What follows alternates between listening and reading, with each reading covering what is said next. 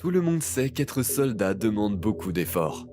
Non seulement il faut faire preuve d'une force physique extrême, mais il faut aussi être mentalement fort. C'est littéralement une question de vie ou de mort. C'est pourquoi les instructeurs utilisent des méthodes d'entraînement tout à fait inhabituelles pour tout exiger des futurs soldats. Nous allons maintenant vous montrer à quel point certains de ces exercices sont délirants, ici sur Bon à savoir. Commençons directement par un exercice de l'armée chinoise, qui porte aussi le nom de patate chaude. Mais les soldats ne se lancent pas vraiment une pomme de terre ou une balle, tout au contraire. Ils se lancent en fait une grenade réelle, qui peut exploser directement dans leurs mains à tout moment. Par la suite, le commandant décide que les recrues peuvent lancer la grenade dans un creux au milieu des soldats, puis se jeter rapidement au sol pour se protéger.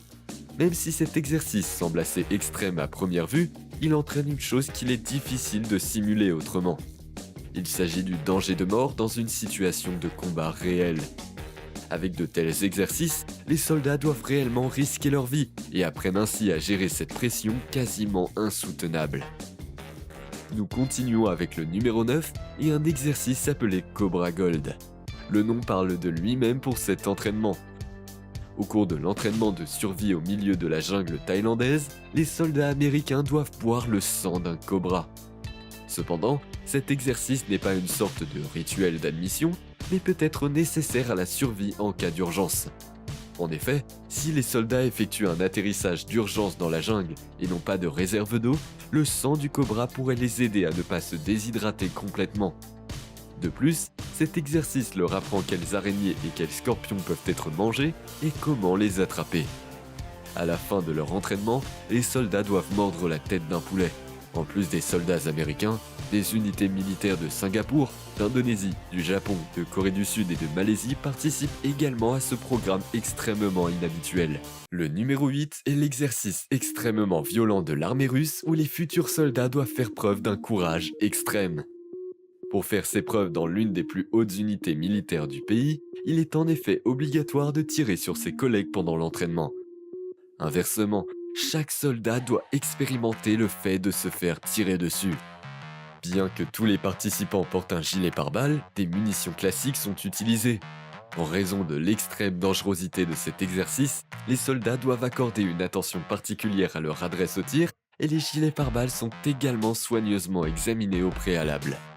Il n'y a donc jamais eu d'incident, mais l'exercice est extrêmement redouté dans l'armée russe et certains candidats ont déjà renoncé à la formation prématurément pour cette raison.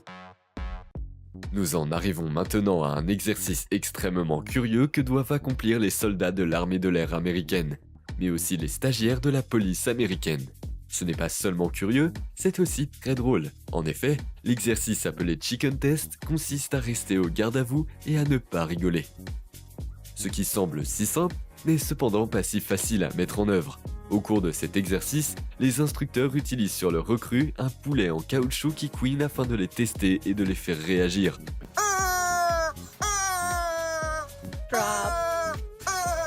Ceux qui ne peuvent pas le supporter et qui rigolent quand même sont punis par des pompes.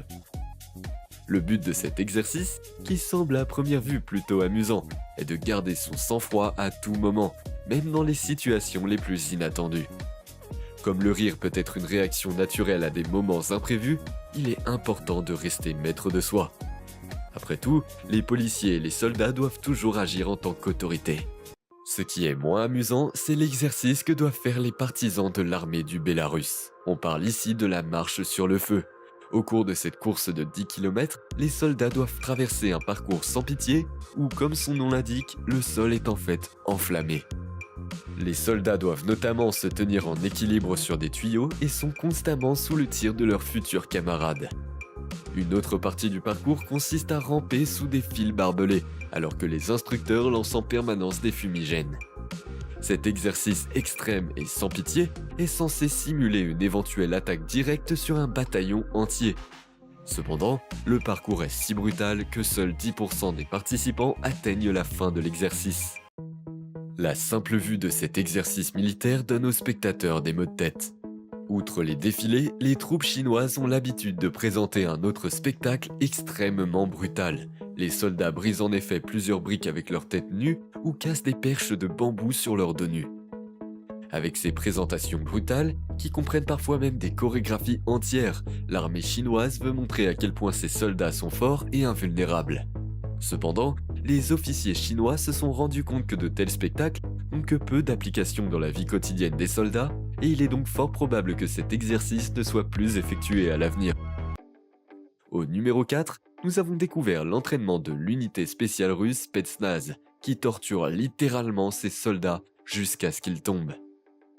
Déjà lors de la présélection, les candidats doivent passer un test extrêmement difficile au cours duquel ils doivent se défendre avec n'importe quel moyen physique contre des soldats entraînés. Comme dans un jeu vidéo, de nouveaux assaillants arrivent sans cesse, les soldats adverses se relayant après 1 minute de combat. Dans ce processus, l'éventuelle recrue doit se battre jusqu'à ce qu'elle n'en puisse plus et qu'elle abandonne. Sur la base de cet examen d'entrée, les instructeurs testent jusqu'où ils peuvent aller avec les recrues et s'ils sont capables de donner le meilleur d'eux-mêmes, également au combat. Maintenant, nous en arrivons à un autre exercice militaire difficile dans lequel les recrues américaines doivent vraiment faire preuve d'endurance. Afin de réussir l'entraînement à la sécurité sous-marine, les soldats sont d'abord attachés par les mains et les jambes et poussés dans un bassin d'eau profonde. Par la suite, ils doivent monter et descendre 20 fois en étant attachés, nager jusqu'à l'autre bout du bassin et flotter pendant 5 minutes. Enfin, ils doivent effectuer une roulade avant et arrière sous l'eau et récupérer un masque au fond de la piscine. Ils doivent également recommencer l'exercice depuis le début si l'une des cordes se détache. Si cela se produit une deuxième fois cependant, le participant a raté le test. Cet exercice extrême pousse les futurs soldats à leurs limites physiques, et certains des candidats peuvent même se retrouver dans des situations de danger de mort. Cela devient encore plus violent si vous voulez réussir l'entraînement des Philippines Navy Seals. Parce que dans l'exercice extrêmement absurde appelé Hell Week, les recrues ne sont autorisées à dormir qu'1 heure par jour pendant 1 semaine. Cela fait 7 heures de sommeil, soit 49 heures de moins qu'une semaine de sommeil équilibré. Dans ces conditions de privation de sommeil, ils doivent ensuite courir 10 km sans interruption et nager près de 30 km. De plus, des exercices ciblés ont lieu pendant cette semaine. Le plus absurde, c'est qu'ils doivent également boire de l'alcool, d'où le nom de cet exercice. Les soldats sont entraînés à donner 100% dans toutes les situations, même avec un manque de sommeil extrême et de l'alcool dans leur sang. Le test d'entraînement final de la marine taïwanaise est extrêmement sans pitié. Afin d'appartenir à l'unité spéciale la plus dure de Taïwan, les recrues doivent réussir un dernier exercice extrême. Pour cela, elles doivent ramper torse nu et sans l'aide de leurs mains le long d'un chemin de 50 mètres de long entièrement constitué de coraux aux bords tranchants. Le nom quelque peu ambigu de l'exercice, Road to Heaven, n'a rien de paradisiaque pour les recrues.